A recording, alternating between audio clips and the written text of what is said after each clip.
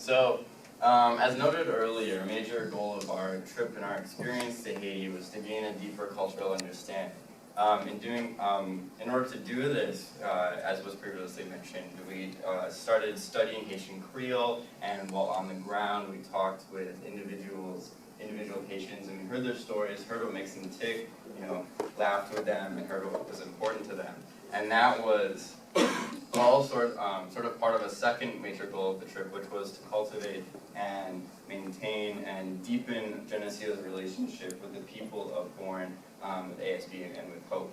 And this was all going towards the other overarching goal, which was collaborative, which is a collaborative approach, which Jessica will now speak about. Yeah, so as Ian's presentation touched on a lot, the approach to development in Born that Hope takes is very collaborative. It works almost exclusively with Haitians on the ground. The hospital is entirely run by Haitians, and they partner with a lot of other community organizations in Born. When Hope arrived in the community of Born, they didn't simply set up shop and get to work. They organized several meetings with community leaders and community organizations and asked them permission to be there and asked them permission to begin working in the community, which is a huge strategy for grassroots development. And so from their start, they've had really strong connections with different organizations that are already working towards the development of Haiti that emerged from Haitians in a grassroots way. And so these relationships that are being cultivated and maintained are all towards creating a sustainable development approach.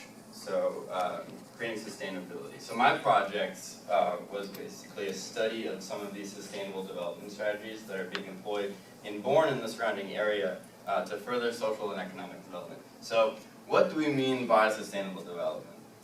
So our common future defines sustainable development as that development that meets the needs of the present without compromising the ability of future generations to meet their needs. So can we initiate a project, or can we formulate a program that provides a service for the urgent needs of right now that also accommodates the needs of the long term? And another thing we were able to observe when we were on the ground in Born is that economic sustainability is a huge factor when it comes to development projects. Are these projects able to self-sustain themselves in the long term in the future, or are they dependent on outside resources, outside funding, as was the case with Dr. Tom, as you saw with Ian's presentation?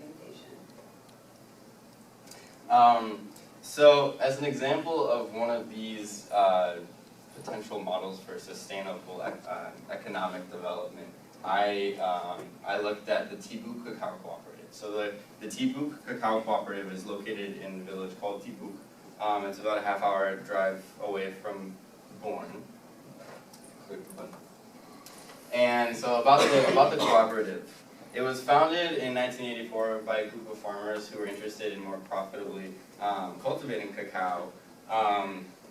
And since then, they've actually grown to be the largest cooperative in the region. And they include over 600 members who gain access to the cooperative by expressing interest to the leader group that meets twice every month.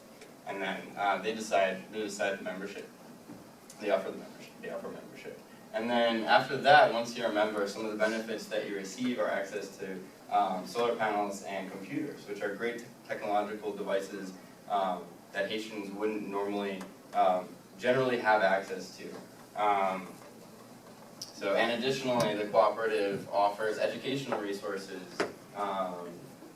frequently and continually. They offer agricultural training sessions where people can learn how to cultivate cacao, a higher quality product, and thus sell the product for a higher profit. So I've been talking a lot about cacao. What is cacao? So cacao is the Haitian Creole word for cocoa, which is the derivative of all of the chocolate products that we eat worldwide. So so all the Hershey products, all the Reese's Pieces, all the Kit Kat bars, they all come from Hershey's chocolate that's produced in countries like Haiti. So with regard to the Tibouk Cooperative, they grow the plant. Individual farmers grow the plant. It's a tree. They cultivate it for 7 years, after which the tree starts producing the beans that they can actually sell. And then So after harvesting the beans, they collect them as a cooperative and then add them to big piles, as you can see here, where they dry and then ferment. As you can see here, this is one of the fermentation places. And then they sell the cacao internationally to places like France and Venezuela for a profit of about $1 to $3 a pound. Depending on the quality of the product, which is huge. Regarding Haitian farmers who generally only make, they make less than $1 a day, having this profitability is great. So why cooperate? Why is this a great thing? So first of all, the cooperative system provides access to these international markets, to Venezuela and France, that individual Haitians wouldn't have access to otherwise.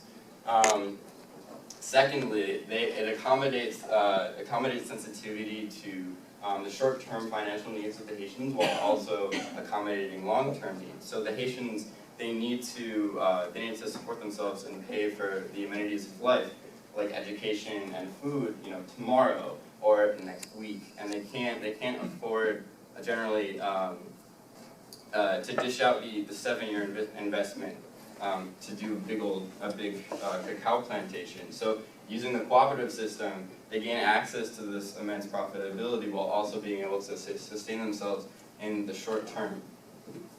And additionally, it provides these technologies and education that they wouldn't normally have access to. So in conclusion, the cooperative system is a great model. It's a great model for economic sustainable development. It provides access to these great things, these great resources, and encompasses the needs of, again, the sustainable development that's so stressed in healthy and proper economic and social development. So when I was in Bourne, I was really interested in looking at Hope's sustainable development projects in terms of female empowerment. And while we were down there, we were able to meet with the leadership, as you can see in that bottom right-hand photo, of this incredible organization called Association Femmes Bourne, or the Women's Association of Bourne. And this is a group that have over 100 members of local women. They're an entirely Haitian organization that's connected to a national network in Haiti. They work to prevent violence against women, and the types of violence against women they prevent are physical, economic, and social violence. So physical violence may be the easiest one of those to understand. It's things such as physical abuse and sexual violence. Economic violence is when women are not given or not allowed the opportunity to have access to income or to engage in economic activities, which a lot of times is the case because the social relations of gender in Haiti typically expect women to stay in the home, take care of children, and cook. And social violence is the way in which women interact in their community, if they're verbally harassed in the streets, if they're denied access to certain resources in the community. And so AFV, this women's organization, works to combat all three of those types of violence against women. And they do so because when women are subjected to these types of violence, it's incredibly detrimental to the development of an overall community. Because when more than half the population of a community is not fully integrated and fully participating, it's clearly not going to be a sustainable long-term way to develop a community. And so some of the strategies that this organization uses to work on to change the social relations of gender are first education. They do all sorts of different types of educational outreach. They visit schools where they do empowerment trainings for young girls. They hold general trainings for the local population, anyone who's interested in attending, in sensitivity and how to interact with women and how relationships between men and women should shift in their community. They also provide education for volunteer members who will accompany women who are victims of violence through the legal process if they want to prosecute their assaulter. This legal assistance, they provide not only a sort of emotional support for the victim by accompanying her to Cap Haitian, where the legal process ensues, which is about an hour and a half half away from Bourne, but they also will provide transportation and will try to set them up with some sort of legal assistance. In addition, in the way they most actively engage with HOPE and the hospital ASB is through healthcare. So they not only provide emergency services for women who are victims of violence, but they also work with ASB to promote health education, such as family planning and STD prevention. And HOPE has noticed an immense, HOPE and ASB have recognized an immense improvement in the health of the community of Bourne, and a lot of rates of STDs have dropped significantly. And part of that is thanks to the work that this group of women do. So for a short period of time, AFB was funded by a grant from UN Women, or ONU Femmes as it's known in French, and this grant enabled them to immensely increase their outreach capabilities and their capacity to interact with the environment. And the report showed how dramatically they were able to reach about 430 community members within a year span, which is incredible. However, when this grant money ran out, they were really not able to act in the community in the same capacity that they had been with the grant. And so where HOPE comes in is they're now working with HOPE and some of the administrative staff at ASB to brainstorm ideas of how to fund themselves long-term sustainably into the future. Because while the grant from ONU Femmes was fantastic for them in the short term, it was not a sustainable way for them to continue funding themselves. And also, so where the relationship with Geneseo comes in is some of us are currently working on a project to fundraise for them to meet their short-term needs in providing transportation to women in Cap-Haitian who need to go through the legal process of persecuting their assaulted. So this organization has been able to do incredible things in the community with HOPE, and now they are working to sustain themselves into the future, which is a really incredible relationship. So one of my, I think, main takeaways from going to Bourne and seeing how things work in this community is that Haitians are incredibly innovative people.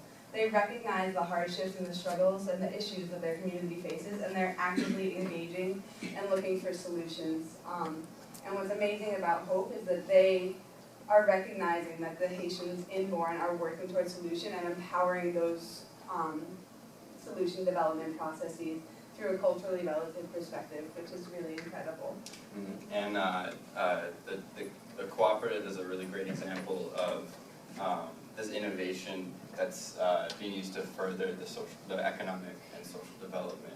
One of my biggest takeaways is that sometimes we have this perception that we can go as development workers and sort of just like make everything better just because of the knowledge that we have. And it was really important.